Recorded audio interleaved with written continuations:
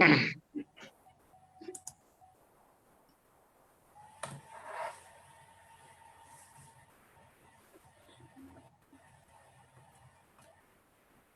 buenas noches, señoras y señores. Bienvenidos. Estamos otra vez en una transmisión más por las redes sociales del Partido de Evolución. José Luis Tapia, que les habla Juan Alberto Ugaz, hoy para tocar 4 puntos más desde las perspectivas de las 5 reformas del Partido de Evolución. Hoy tendremos 4 temas. El primero, empresarios formales siguen quebrando. El segundo, privatización de Sedapal, que lo va a tocar un invitado especial nuestro, José Manuel Saavedra, a quien le daremos la bienvenida en unos instantes más. El tercer punto es en la mira de los bancos por cobrar altos intereses. Y el cuarto punto será gobierno amenaza con nueva cuarentena. Entonces, estos 4 puntos los vamos a ver bajo la perspectiva de las 5 reformas. Así que de inmediato vamos con el primer punto. Empresarios formales siguen quebrando. José Luis Tapia, buenas noches, bienvenido. Muy buenas noches, querido Juan, muy buenas noches, amigos, fans de evolucionarios, quienes van a hacer la revolución devolviendo los poderes, recursos y funciones. Este tema, el primero que vamos a tocar, viene a colación de un titular que salió hace un día atrás de la empresa Soyuz, la emblemática Soyuz, que anuncia cierre de operaciones debido a la pandemia. Y es una empresa que ya inició su liquidación a los trabajadores y están bastante asustados porque ahora la empresa va a tener que liquidar activos, va a tener que vender buses, terrenos, locales, y en estos tiempos en que nadie compra, sino tratan de vender, va a malbaratear sus activos y eso va a significar pérdida, ¿no? O sea que aquí estamos hablando de el quebrantamiento de una empresa emblemática de tantas que hemos visto en el camino, por ejemplo, empresas de restaurantes que uno pasa por la calle, por las avenidas y observa cómo están vendiendo sus muebles, sus sillas, sus refrigeradoras y otras más. ¿Por qué? Porque simplemente la cuarentena fue demasiada irracional. Y decimos que demasiado irracional porque se metió a empresarios, trabajadores, inversionistas y cualquier otra persona que buscaba trabajar en una cuarentena sin discriminación, o sea, poniendo a todos sanos y enfermos en sus casas, bajo la amenaza de castigo, bajo la amenaza de pérdida de libertades, sin mandato de juez, una situación como de toque de queda, pero más estricto, que ni siquiera dejan trabajar. Yo creo que recién se está viendo la magnitud del gran problema que ha significado esta caída del menos 40% en abril, y más aún de lo que ya viene a las secuelas, ¿no? Porque estamos hablando de mayo, junio, con caídas de menos 40 y menos 32%.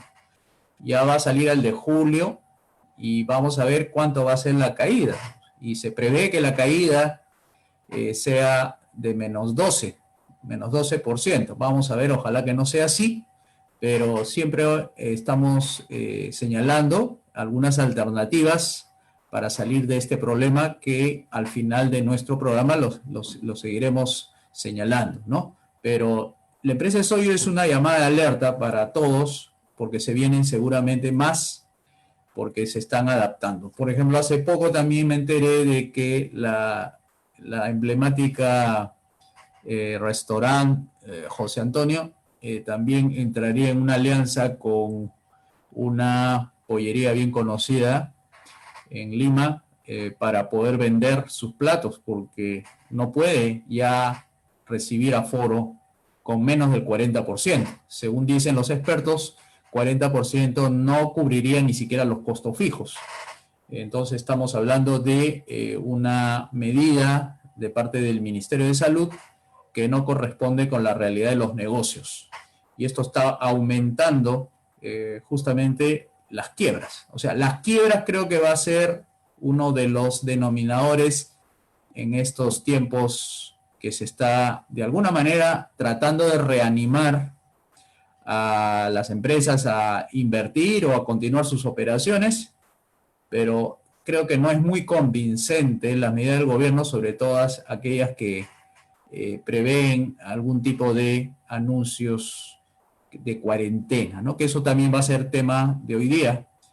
Y hay que añadir también que esta reactivación que debió haber sido para todas las empresas, resulta que fueron solamente para las medianas y grandes empresas. Y las MIPES y los comerciantes y los minoristas siguen cerrando sus negocios. Diario tú ves cómo se están traspasando los negocios, cómo se están vendiendo, y eso no anima, y sobre todo las expectativas empresariales siguen cayendo. Ya vamos a analizarlo esto, si no es en este programa del miércoles que viene, será el del sábado, para darles algunos alcances sobre cómo ha ido evolucionando estas expectativas empresariales de aquí a 3 meses y de aquí a 6 meses.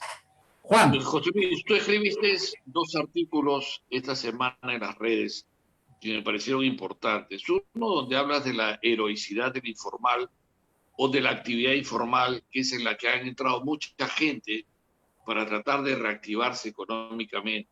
Y la otra, que justamente ha llamado mucho la atención y que la acabas de publicar recientemente y que la gente lo puede leer en la página del Partido de Evolución del Facebook, que habla de que es un error ser formal. Y es que, sobre todo en este punto, en el segundo tema, el error de ser formal, tiene que ver con todas las sobrecargas y con todas las cosas y con todas las medidas que se han venido tomando contra los formales, de tal forma que estos se han sentido hasta cogotados por las medidas del Estado y ha terminado en la quiebra o en el borde de la quiebra, como es el caso de Soyo, por ejemplo. Soyo va a quebrar, pero los informales que hacen transporte interprovincial no van a quebrar. Entonces, prácticamente ser formal es un error. Nos empuja a tomar esa expresión que tú muy bien la graficas en ese artículo, que me parece interesante, porque la gente al principio lo tomó como que era un insulto a la legalidad, pero no es un insulto a la legalidad, es quizás una crítica a la mala legalidad, que es la que tenemos nosotros hoy en el Perú, y donde se les exige tantas cosas como pasó con Cineplanet, acuérdate, querían que les paguen no sé cuántos sueldos a la gente. Creo que es un 72% la cifra de las empresas informales, o me equivoco. O sea, hay 72% de clase laboral que trabaja en las empresas informales. Nadie le ha exigido a los informales estas medidas que se le exigen a los formales. Y los informales ya están reactivándose, ya están empezando, ya están moviéndose, ya están saliendo de la crisis y ya están generando comercio. Entonces, es importante tocar este tema hoy que los formales quiebran, que de repente ser formal por las malas leyes que tenemos es un error, ¿no? Así es, como dice Juan, en este contexto, digamos, no de esto ha sido simplemente para que se dieran cuenta que no es suficiente que exista el artículo 58, 59 y 60 en la Constitución, donde el Estado garantiza la economía social de mercado, que el tema de la subsidiariedad del Estado, y que eso ya es suficiente y hay que defender una constitución de esas características, ¿no? O que se conformen con las reformas estructurales que bien las ejecutó el exministro Boloña Y ha sido muy bien el tema de las privatizaciones con ciertos reparos que nosotros hacemos. Sin embargo, no es suficiente porque ahí se ve ya en el nivel microeconómico, en el nivel de los negocios, cómo este modelo, a pesar de haber sido exitoso hasta cierto punto, no le da las suficientes espaldas financieras de liquidez, de las inversiones, tanto a nivel micro, mediano y gran empresa, como para que estas empresas resistan por lo menos 2 meses de una encerrona, porque inmediatamente 2 meses de encerrona ya significa menos 40% de producción, inmediatamente 2,5 millones de personas en las calles.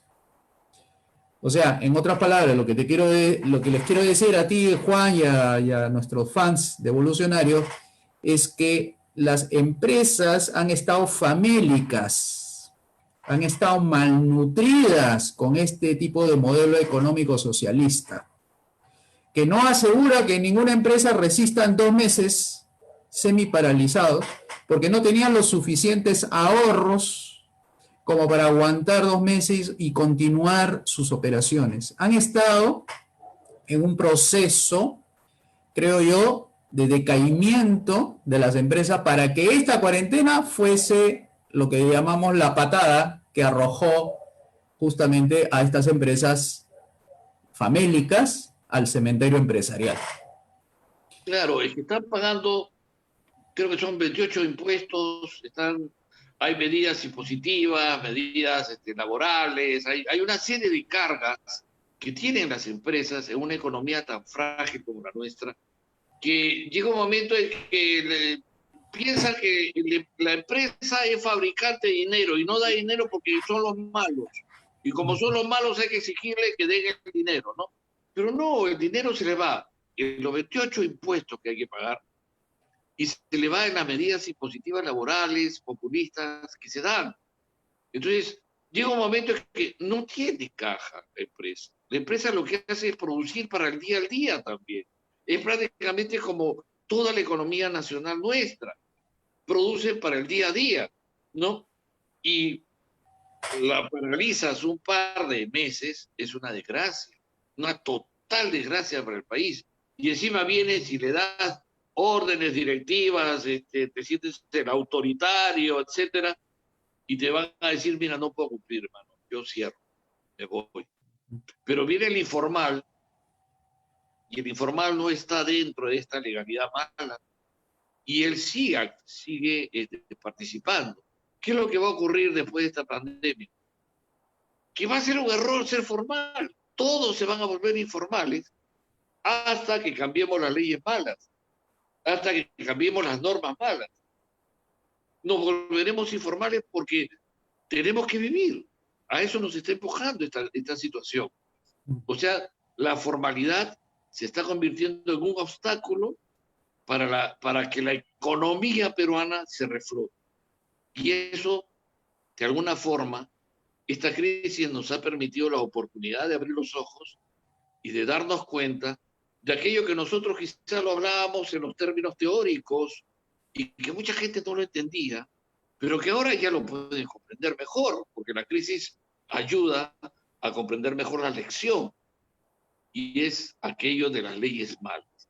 Por eso es que nosotros tenemos un libro escrito por Alberto Mansuetti, que está en el PDF de nuestra página, que ahora les diremos dónde está nuestra página web, y que la gente lo puede bajar gratuitamente, ese PDF de las leyes malas escritas por el mejor politólogo de América Latina hoy en día, que es Alberto Mansuetti, líder del movimiento de las 5 reformas y del liberalismo clásico de América Latina, donde estamos vinculados nosotros en Partido de Evolución.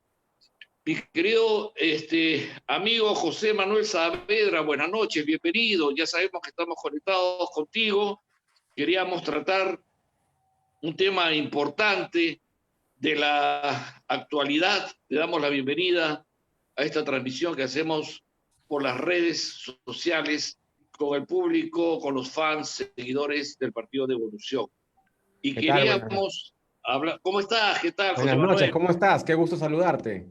Igualmente. Bueno, el tema es la privatización de Sedapal, pero ojalá fuese una privatización normal, ¿no? Esta es una privatización entre amigos. Esta es una privatización donde parece que Graña, Miro Quesada, Graña y Montero estarían aquí metidos, pero bueno, tú eres el especialista que hemos invitado y queremos escucharte para después quizás hacer un pequeño diálogo sobre este tema, la privatización de Sedapal. ¿Cómo estás? Te dejamos los micrófonos y te escuchamos, José Manuel. ¿Cómo Permíteme, están? antes de que comience José Manuel, es que el Diario de la República, que es el vocero de los sindicatos, levantó un titular donde dice que el gobierno aprobó un decreto que permitiría la privatización de Sedapal. Por lo que he visto hasta ahorita, y esto servirá para que nos ayude a entender bien este fenómeno de la privatización, es que el gobierno permite, creo que hasta el 30% del accionariado de Sedapal, porque ahorita es una sociedad anónima de derecho público, poder permitir el ingreso de accionistas privados, hasta el 30%. Entonces, José Manuel, te vamos a dejar, voy a poner tu presentación para hacerlo, digamos, disponible para nuestros amigos, los devolucionarios, y nos compartas tus impresiones acerca del tema. Vamos a ponerlo en pantalla y tú nos vas a comentar sobre el tema de la privatización. Ok, bueno, muy buenas noches con todos. José Luis, agradecer la invitación a este espacio tan importante. Felicitarlos por los avances que han tenido con las 5 propuestas, las 5 reformas, el partido de la devolución. Eh, yo quiero también agradecer tanto a José Luis Tapia como a Alberto Mansuetti, que hace años, estamos hablando del 2004, más o menos, 2003, 2004, en donde nos reunimos en la casa de José Luis hace muchísimo tiempo, como les digo, y bueno, preocupado por el tema del agua, Alberto Mansuetti nos dio un punto de vista totalmente diferente a lo que hasta ese momento había en el Perú. Entonces yo quiero empezar antes con una breve, pero breve reseña, antes de entrar al tema de fondo de lo que significa el agua, ¿no? Para el ser humano, ¿no? Vamos a tener la siguiente diapositiva. Primero, el agua es un recurso indispensable para la vida, ¿no? No podemos imaginar vivir sin agua, ¿no? O sea, las plantas necesitan agua para poder crecer, los animales para poder subsistir, el ser humano para poder vivir y obviamente todo el ecosistema del planeta está prácticamente, estamos rodeados de agua. El 70% de nuestro cuerpo además es agua, ¿no? Eso es algo muy importante también que tenemos que tener en cuenta. Hay 2.100 millones de personas que no tienen agua en el mundo. Y eso también llama a la preocupación. Hay 1 millón de muertes al año por falta de agua, ¿no? Imagínense cuánto se habrá incrementado el día de hoy con la pandemia del coronavirus, en donde el gobierno nos dice, lávense las manos, y en el Perú hay 2 millones de personas que no tienen agua, 1 millón en Lima no lo tiene, y eso obviamente resulta imposible para la gente que no tiene agua en casa, ¿no? La falta de agua impide a las personas escapar de la pobreza. O sea, la falta de agua fomenta la pobreza, ¿no? Y hay una relación que siempre lo digo. Las personas más pobres normalmente son las que no tienen acceso a agua potable, ¿no? Y eso es una correlación que se da no solamente en el Perú, sino en América Latina y en varios países de África. La falta de agua, como ya lo hemos dicho, genera enfermedades, ¿no? Enfermedades intestinales, enfermedades a la piel, y hoy el coronavirus también, ¿no? Un inadecuado lavado de manos genera obviamente que nos infectemos cuando regresamos de la calle. Por eso es que los sectores más golpeados en este momento, y vamos a hablar ya de regiones, no solamente de Lima, ha sido Iquitos, Loreto, en donde insólitamente la cobertura de agua está en el 70%. Piura, ¿no? Donde tienen una cobertura de agua del 84%. Tenemos también algunas regiones, pues, donde se está multiplicando esto exponencialmente, como Arequipa, como Ica, regiones en donde no hay agua potable al 100%. Y ni qué hablar de Lima, que Lima es la segunda ciudad, y eso lo vamos a ver más adelante, no me quiero adelantar, pero el agua también es necesaria para la agricultura, como sabemos, no hemos dicho varias cosas para la agricultura. Y abastecerse de agua para las personas que no tienen recursos demanda muchas horas, sobre todo en el tema de las personas que no tienen recursos económicos, que compran agua de camiones cisternas o que tienen que ir con su balde a recoger de una llave común, de un grifo en común, que Sedapal lo está considerando como gente que está conectada a la red de agua potable. Es decir, no tienes agua en tu casa.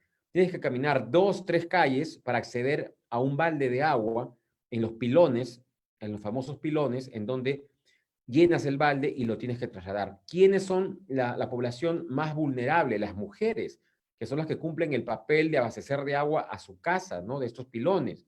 O comprar agua que uno lo almacena en unos barriles que están completamente oxidados. Muchos de ellos son barriles donde se almacenaba aceite y hoy la gente consume y almacena su agua en estos cilindros que antes servían para almacenar combustibles, ¿no? Nosotros emprendimos, y ahora voy a ir un poco más al tema de Perú, hemos hablado del tema general, pero emprendimos una campaña donde donamos de todo lo que es recipientes, esos cilindros, para poder abastecer con agua limpia a la gente, ¿no? Entonces, vamos a ir a la siguiente diapositiva, en la cual nosotros analicemos un poco la falta de agua en Lima, ¿no? Hemos hablado a grandes rasgos, porque no tenemos mucho tiempo, la falta de agua en el mundo, en el país, ¿no? Y ahora vamos a ver en Lima. Lima hay que tener en cuenta que es la segunda capital ubicada en un desierto, ¿no? Después del Cairo. Entonces, ¿eso qué quiere decir? Que en Lima no llueve y que dependemos exclusivamente del abastecimiento de agua de la Sierra Central. Si no llueve en la sierra, no hay agua en Lima, ¿ok? Eso importantísimo. Y para poder tener agua en Lima hay que incrementar el caudal del río Rímac. Eso, primero, para tenerlo en cuenta. Segundo, hay 1 millón de personas que no tienen agua potable en la ciudad de Lima. En plena pandemia del coronavirus, 1 millón de personas que viven en las zonas periféricas de la ciudad que no han accedido al agua. Y yo les voy a comentar ahora, en el año 2004, bloquearon la carretera Panamericana Sur, unos pobladores del asentamiento humano, el Lomo de Corvina. Yo un poco preocupado fui al día siguiente al Lomo de Corvina a averiguar qué había pasado y por qué, digamos, habían bloqueado la carretera. Cuando llego a este asentamiento humano donde viven aproximadamente 10.000 personas, y en ese momento sobre la arena, en esteras, sin agua, lo que yo encontré es que tenían luz, que era privada, tenían teléfono y hasta cabinas de internet, ¿no? En el año 2004. Yo he vuelto el año pasado al Lomo de Corvina y es maravilloso. Tienen todos los servicios, obviamente internet en casa, luz, tienen conexión de gas y ya tienen agua potable en sus domicilios, pero a raíz de una serie de protestas, porque a raíz de la visita que nosotros hacemos al Lomo de Corvina, salimos a la opinión pública esa noche con Jaime Altaos y denunciamos que la gente no tenía agua, pero sí tenía luz, tenía internet, porque el agua era del Estado, el agua era de Sedapal. Y Sedapal perdía el 40% de la producción de agua, tenía 2 millones de personas que no abastecía en ese momento, y la gente que no tenía agua pagaba hasta 10 veces más por metro cúbico que una persona que podía vivir en San Isidro, en San Borja, o inclusive el Club Regatas, que en ese momento tenía tarifa social. Imagínense, el Club Regatas tenía social. Entonces, estas cosas es el contexto que viví en el año 2004, cuando lanzamos la privatización y tanto José Luis como Alberto Mansuetti me asesoraron en ese momento, no saben lo que fue. O sea, hubo los sindicatos, prácticamente se horrorizaron. La República nos sacó una primera plana diciéndonos que queríamos vender un recurso estratégico, y ahora voy a hablar de ese tema, que era el tema del agua. ¿Quién nos financiaba? Y en realidad no nos financiaba nadie. Esto era un tema, así como ustedes están en este momento haciendo una labor en donde uno da sus horas que tiene libre, donde uno da todo de sí para poder cambiar el país. En ese momento nosotros hacíamos todo lo posible porque la gente tenga agua en sus casas. Y salimos con más de 2.000 personas en el Arenal a dar una conferencia de prensa pidiendo la privatización de Sedapal. Y este movimiento fue muy importante porque generó una corriente de opinión a nivel nacional e internacional. Yo he publicado, y me invitaron a través del KTOT a hacer el prólogo de un libro muy importante que yo les recomiendo que lo lean, que es Agua para la Venta o Water for Sale, de Frederick Segel. Él escribe este libro y me invita a que yo haga el prólogo en base a este movimiento privatizador, y en ese momento, imagínense, en el año 2004 hablar de la privatización, eras pues un terrorista, ¿no? Eras un talibán, así, ibas a que te quemen. Y pusimos el pecho. Y fíjense, todo lo que dijimos en ese momento, hasta el momento sigue vigente, porque Sedapal era la caja chica de los gobiernos de turno, en donde había demasiada corrupción, no se abastece de agua potable la ciudad porque si no llueve en el invierno de la sierra, que nos toca verano acá en Lima, no tenemos abastecimiento de agua potable y han pasado del 2004 a la fecha, ¿no es cierto? Han pasado 16 años prácticamente y el problema del agua no se ha solucionado. Han pasado ¿cuántos presidentes de la República? Es más, le hicimos una marcha a PPK. PPK nos recibió, era presidente del Consejo de Ministros, le solicitamos la privatización de Sedapal, a pesar de que él creía en la fórmula, no estaba interesado en solucionar el tema del agua. En realidad su problema era cómo blindar a Toledo en ese momento, que tenía mucho miedo de perder esa caja chica que significaba Sedapal, ¿no? Y es así que por la presión más política le ponen agua potable al lomo de Corvina en tiempo récord. O sea, no porque Sedapal era eficiente y fue hasta la punta del cerro, sino porque querían que esta corriente de privatización que se había dado, que había nacido en Lima, no llegue a nivel nacional y obviamente ni en otros países de América Latina. Vamos a seguir, vamos a entrar ya un poco a la parte ya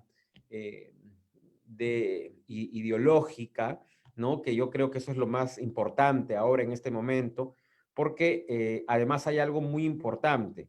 En todo el Perú, el agua es pública, o sea, no lo tiene el sector privado.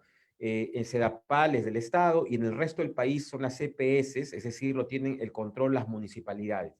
Todas están completamente quebradas, están en rojo.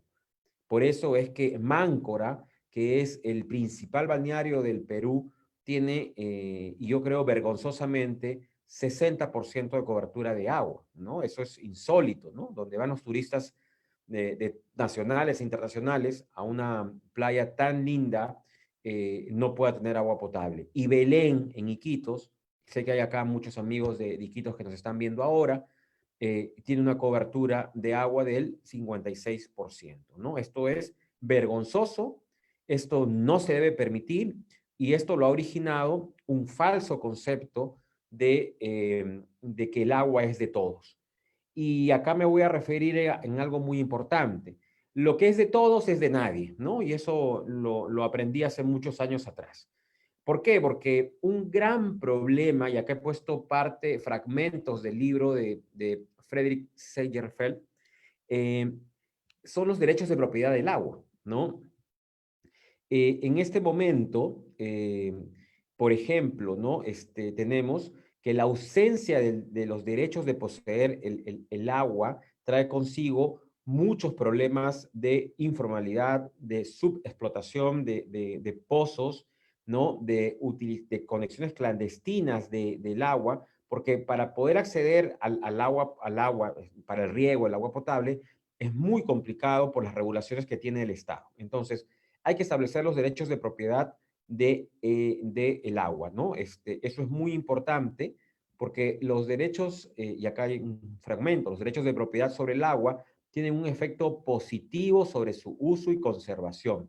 La posibilidad de intercambiar derechos ayuda a alcanzar el máximo uso del recurso, maximiza el intercambio o maximiza, ¿sí?, el número de personas que tienen acceso al agua limpia y segura. El intercambio de derechos también puede minimizar los conflictos en torno al agua, ¿no? Entonces, lo que es de todos, la gente no lo cuida. Lo que es de todos, nadie se hace cargo. Y por eso es que tenemos sistemas de agua potable totalmente abandonados, tenemos agua para el riego completamente subexplotados, ¿no? Y este caso lo vamos a ver ahora en Ica, lo que está pasando con el tema de la agricultura, y por eso tenemos los conflictos por los derechos de agua, ¿no? Conflictos sociales que se están dando en el Perú y también a nivel internacional. Vamos a pasar a la siguiente para poder un poco ahondar. Acá he hecho algunas preguntas ya para poder ahondar en el tema. Conflictos por el agua.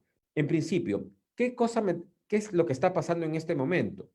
Yo decía, la falta de derecho de propiedad sobre el uso del agua está ocasionando conflictos de agua. Y pongo un ejemplo muy simple. Ica con Huancavelica. El boom exportador del Perú está en Ica, ¿no? Exportan espárragos, las paltas HACCP, se exportan uvas, ¿no es cierto?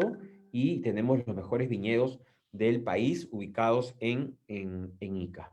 Pero ¿de dónde viene el agua que abastece a Ica de este recurso tan importante? Viene de Huancavelica, de las lagunas de Choclococha. Acá hay un tema que mientras que Ica tiene pleno empleo o tenía pleno empleo, mientras Ica estaba gozando el boom exportador, los huancavelicanos no gozan, digamos, de este mismo derecho, a pesar de que el origen, digamos, del agua está en Huancavelica. Entonces se ha generado un conflicto por el tema de la posesión del agua. Acá no hay derecho sobre propiedad del agua, porque según la ley y la legislación actual, ¿no es cierto?, el de Ica puede abastecerse completamente gratis del agua, ¿no es cierto?, entuba el agua y se abastece de este líquido elemento para poder regar los cultivos que tenga. En cambio, los de Huancavelica no tienen ningún tipo de ningún derecho sobre esta propiedad del agua. Entonces, se está generando un conflicto. Tengo entendido antes de la pandemia que querían ya desviar el curso del río para que no vaya a los valles de Ica, sino vayan a otro lado, por lo que se tiene que urgentemente discutir algo muy importante, que me refiero al precio del agua, es decir, el valor económico del agua.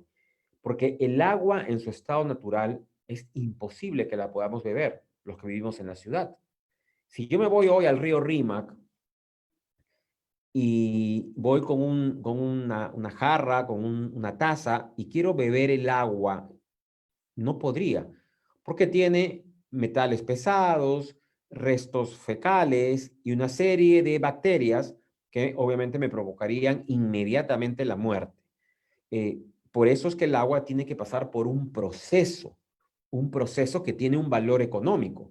Entonces, primera, hay dos cosas importantes. El agua es de todos, pero el agua también es de nadie porque el agua está totalmente contaminada y no se puede beber. Pagamos actualmente por un valor económico por el agua embotellada, ¿no es cierto? Al igual que pagamos un valor económico en las tarifas que nos da Sedapal por el agua que viene a través de las tuberías de agua y desagüe. Sin embargo, ese valor económico que tiene en este momento el agua no es reconocido, ¿no es cierto? O no se quiere reconocer. Incluso hay que hacer un cambio constitucional, porque la Constitución dice que el agua es un derecho de todas las personas. Claro, o sea, obviamente todos necesitamos tener agua, pero el Estado, el municipio, no tiene la capacidad para poder gestionar un proyecto de una infraestructura gigante, como por ejemplo hacer el trasvase de una montaña a otra y hacer pasar el agua del río. Por ejemplo, el río Mantaro, hay que hacer el trasvase de una cuenca a otra, ¿no es cierto? Para eso hay que perforar montañas. Y estos son obras, grandes obras privadas, que son procesos de concesión en las distintas partes que tiene el proceso del agua, que son captación, potabilización, distribución y facturación. Son 4 procesos importantes. De esos 4 procesos importantes, y José Luis mencionaba hace un momento que se ha incorporado que el 30% podría ser participación privada. Claro, pero ¿qué es lo que hacen ellos? Dicen, ya, la facturación yo lo voy a, vamos a decir, privatizar entre comillas, ¿no es cierto? Cuando, ¿qué más voy a hacer? El agua, la captación del agua también la voy a volver privada, pero no me tocas la potabilización lo hace el Estado. Entonces, seguimos con una empresa totalmente ineficiente, que es EDAPAL, con empresas ineficientes como es Emapica, como es la EPS de Piura, la EPS de Grau y la EPS de Iquitos, todas estas empresas, porque primero que tienen mucho miedo al ingreso del sector privado porque se les va a acabar la mamadera. La corrupción se genera porque la administración de los recursos públicos por gente que, además de no estar preparada, porque obviamente si uno ve los currículums de los gerentes generales de muchas empresas que administran agua, no tienen la experiencia ni la capacidad para hacerlo. Pero si así lo tuviesen, hay que definir bien cuál es el rol del Estado, ¿no es cierto? El rol del Estado no es vender el agua. El rol del Estado no va a ser producir el agua. El rol del Estado, yo creo que va en otro sentido, ¿no? Que es, sí, garantizar el abastecimiento de agua. Los puedes garantizar.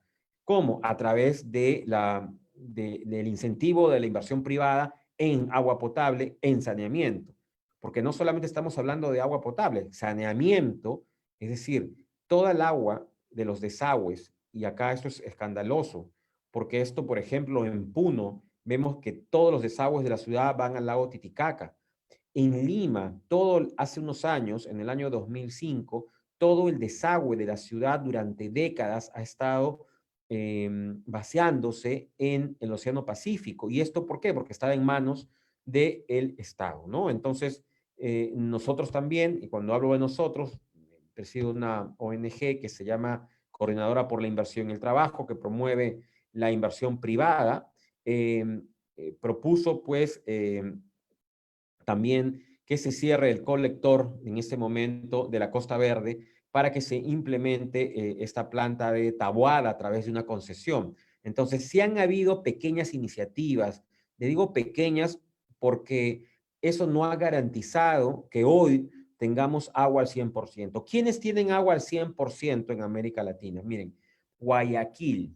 Y hoy se habla mucho del tema de Guayaquil, de que Guayaquil logró vencer la pandemia y que Guayaquil hoy de 1,000 muertos diarios que tenía por coronavirus, ha logrado reducir aproximadamente a 1 diario, ¿no? Y otros temas que veo, hicimos hace 2 meses una conferencia con la Municipalidad de Guayaquil por el tema del COVID, y una de las cosas importantes es que la gente tiene agua potable en su casa.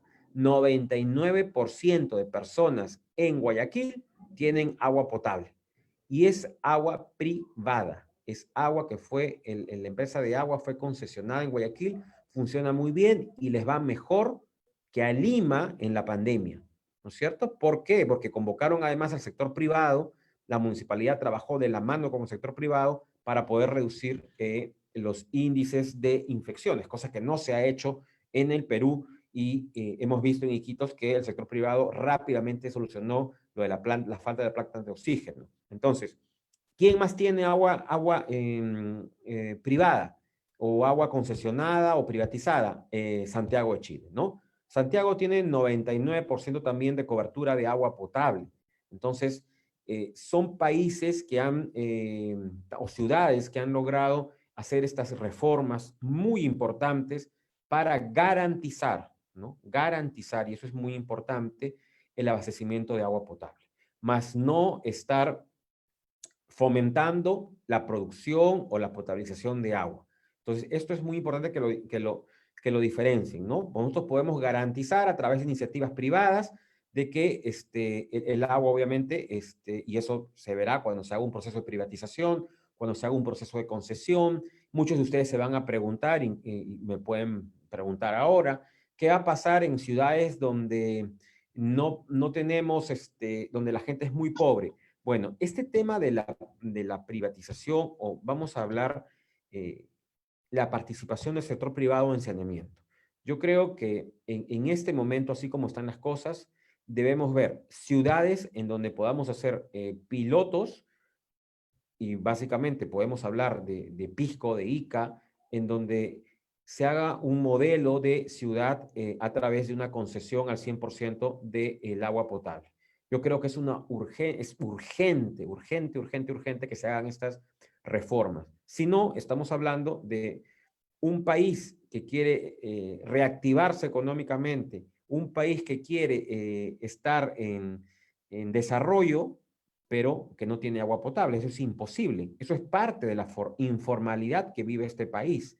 Y es el origen, además. Gente que no tiene agua tiene menos rendimiento. Niños que no tienen acceso a agua potable tienen menos rendimiento escolar que otras personas. Tienen más posibilidades de enfermar, más posibilidades de morir. Entonces, y además pagan 10 veces más el valor del agua de lo que está pagando en este momento una persona que sí tiene conexión a la red, ¿no? Entonces, el plan maestro optimizado de Sedapal, y esto es el plan, es decir, las tarifas que tiene Sedapal, se han ido incrementando en los últimos años, ¿no? Es decir, no es tan cierto de que el agua en manos de Sedapal es más barato que el agua en manos del sector privado. Eso no es cierto. Lo que sí es cierto es que si Sedapal hubiera sido privatizada en el 2005, 2006, hoy tendríamos una cobertura de agua del 99% en la ciudad de Lima, y no la tenemos. Lo que sí es cierto que hubiéramos evitado grandes denuncias de corrupción, ¿no? O casos de corrupción donde se han involucrado a todos los gobiernos, ¿no? Y hubiéramos destinado ese dinero de repente a otros programas más importantes para el país. Pero lamentablemente el dinero de tus impuestos, el dinero que tú pagas por este servicio de agua, se va en una pequeña cantidad de funcionarios corruptos que están lucrando con la sed del pueblo, básicamente.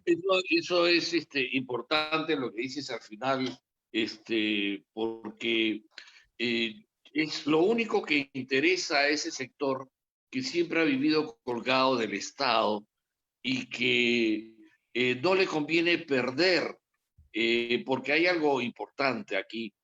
Empresas como Sedapal han terminado siendo llenadas por todas las portátiles de distintos partidos políticos sus escritorios, y ha terminado sirviendo para eso, ¿no? Y no ha podido brindarnos lo que una empresa privada sí hubiera podido brindar. Mira, los minutos se nos están yendo. Se me queda una pregunta frente a la privatización que hoy ha hablado el gobierno, que creo que va a entrar el grupo Graña Miro Quesada allí. Es una privatización mercantilista para Es un mí. proceso mercantilista, Eh, definitivamente. ¿Ah? Es Totalmente totalmente mercantilista. mercantilista, como Claro. está ocurriendo en el tema de la salud y en Cómo otros podemos, sectores. cómo podemos en este minuto que nos queda explicar cuál es la diferencia entre una privatización de Sedapal mercantilista y una de mercados abiertos? Bueno, una mercantilista es la que pertenece ahora a Sedapal, en la cual van a concesionar o van a dar parte de los 4 procesos que indiqué al sector privado. Es decir, pueden darle a ellos, no le van a dar la potabilización, solamente le pueden dar la captación, le pueden dar la facturación o le pueden dar la distribución de agua, ¿no? Es decir, ustedes ponen las tuberías de agua y desagüe y a raíz de, a partir de eso, tienen una facturación por el agua, por el caudal de agua que recorre en metros cúbicos por segundo. Lo que se debería hacer es liberalizar el mercado del agua, ¿no? Y esto ¿cómo se logra? No es tan fácil como otros sectores, pero sí se podría, si es que dividimos, primeramente quitarle el monopolio a Sedapal de abastecimiento de agua a la ciudad de Lima. Es decir, tener 3 empresas de agua potable del sector privado para Lima. Lima Norte, que se puede abastecer con el agua del río Chillón. Para Lima Centro y Lima Sur, estamos hablando específicamente con el río Rímac, y además la planta desalinizadora que ya se ha instalado, que perfectamente lo puede tener también el sector privado, porque el mantenimiento es permanente y el Estado no hace mantenimiento a sus equipos, si no nos hubiera roto la tubería matriz de desagüe de San Juan de Lurigancho a inicios del año pasado.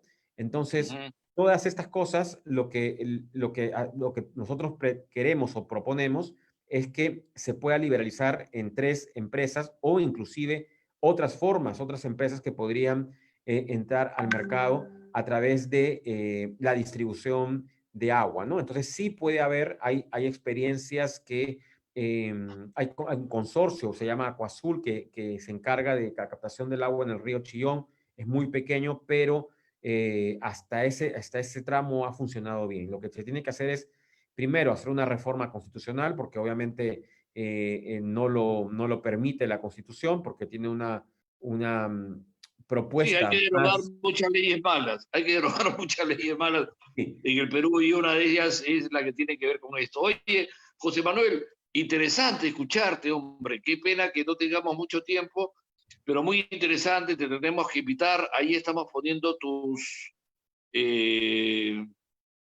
tanto tu Facebook, en fin, tu Twitter, todas las formas de comunicarse para que nos puedan, cualquier tipo de pregunta, estamos siempre dispuestos a contestar. Y que antes de despedirme, bueno, estoy escribiendo mi libro del agua, todas las experiencias que hemos tenido durante estos años, y obviamente haciendo las propuestas que hoy día hemos detallado.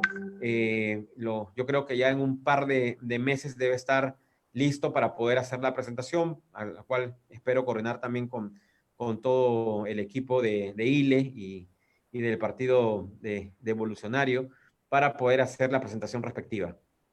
Ok, José Manuel. Oye, muchas gracias. Te vamos a invitar para hablar de ese libro también, para seguir hablando, porque este tema yo creo que no lo hemos agotado como quisiéramos, pero nos has ilustrado bastante a todos nosotros. Gracias, José Manuel Saavedra estuvo con nosotros, y vamos con el siguiente punto. Vamos a ver,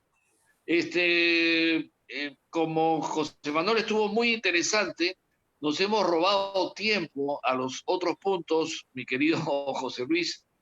¿Cuál queremos tratar ahora, el tercero o el cuarto? Porque creo que ya no tenemos mucho tiempo. A mí me parece más importante el tercero. Bancos en la miras por cobrar altos intereses. José Luis, te paso la palabra de inmediato para que vayas. Tenemos 12 minutos. Adelante. La República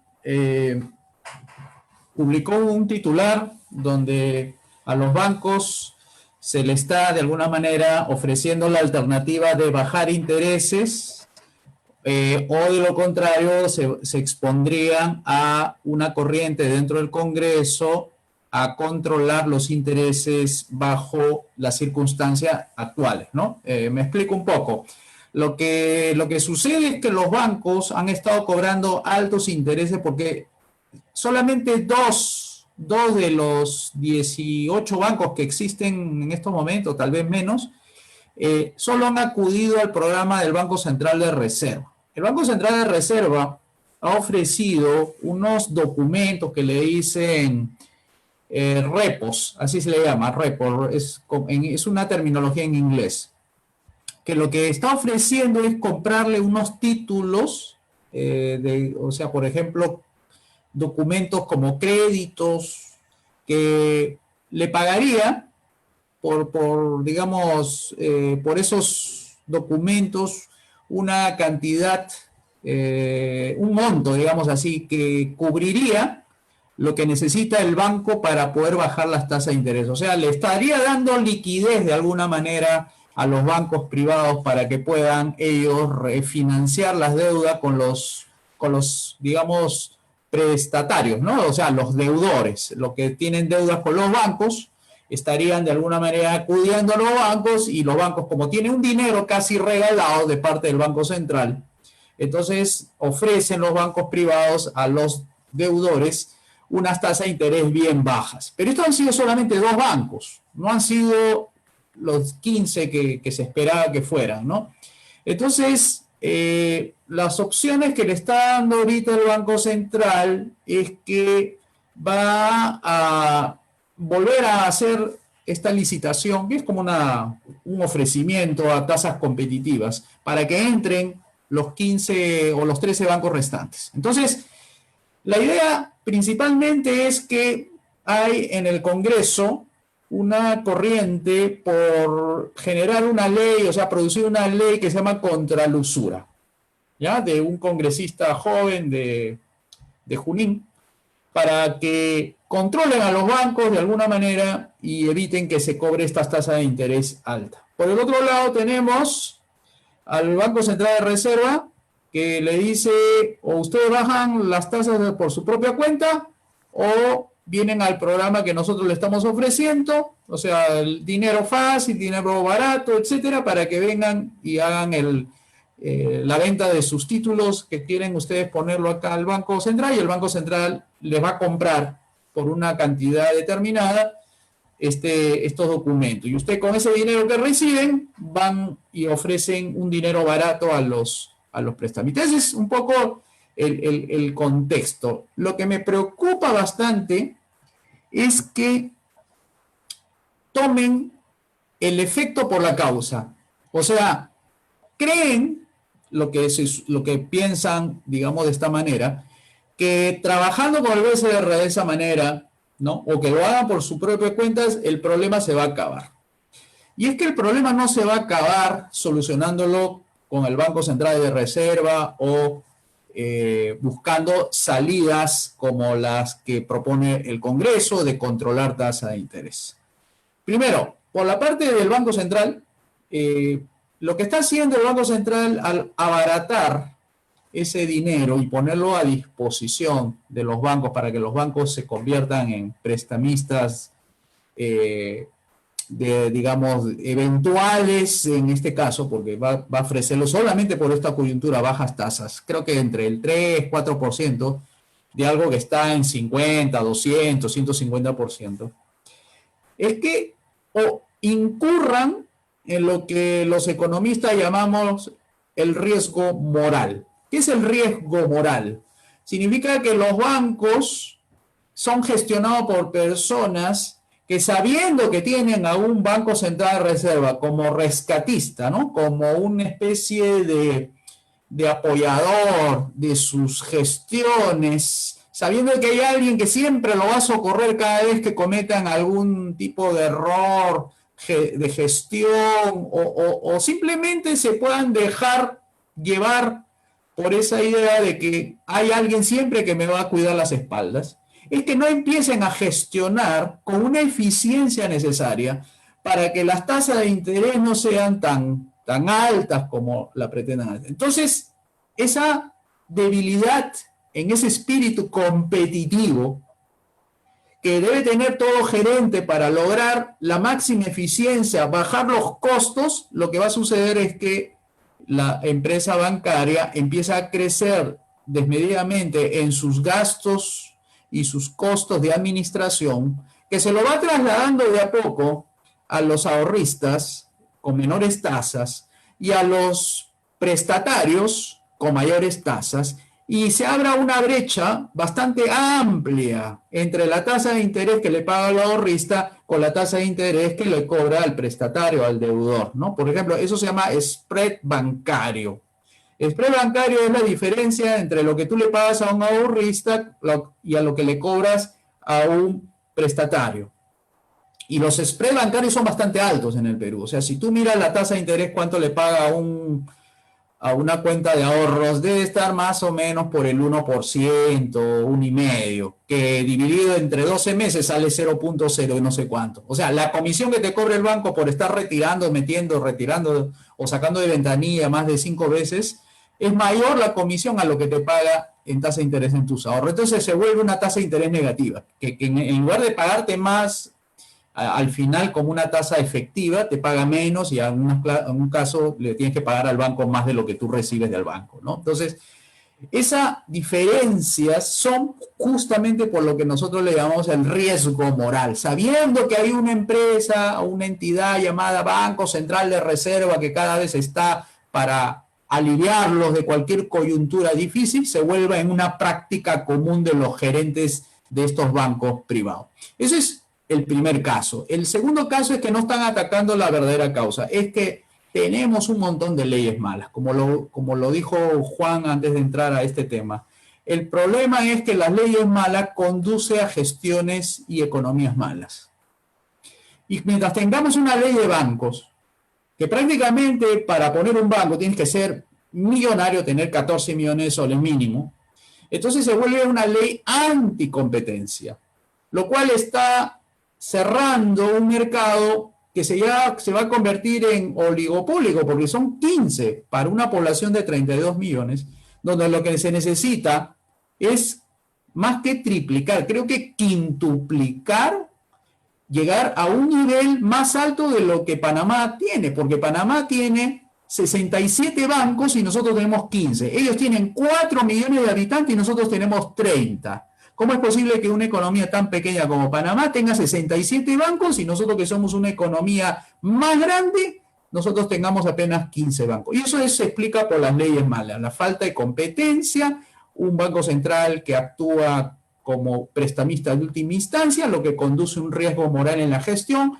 y todo eso se traslada finalmente en las tasas altas que ahorita la gente está, digamos, con justa razón quejándose, ¿no?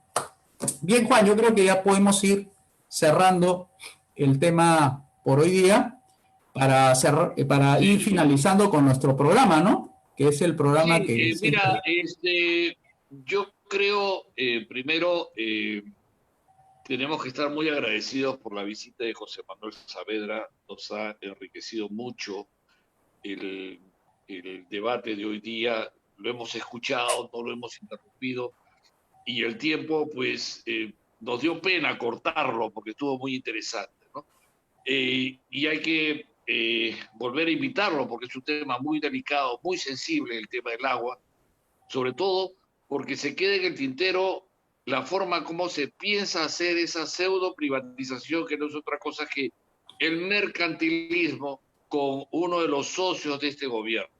Pero bueno, vayamos a esto que siempre queremos recordarles a ustedes, que es nuestro proyecto, nuestra propuesta. ¿Por qué hablamos de las 5 reformas?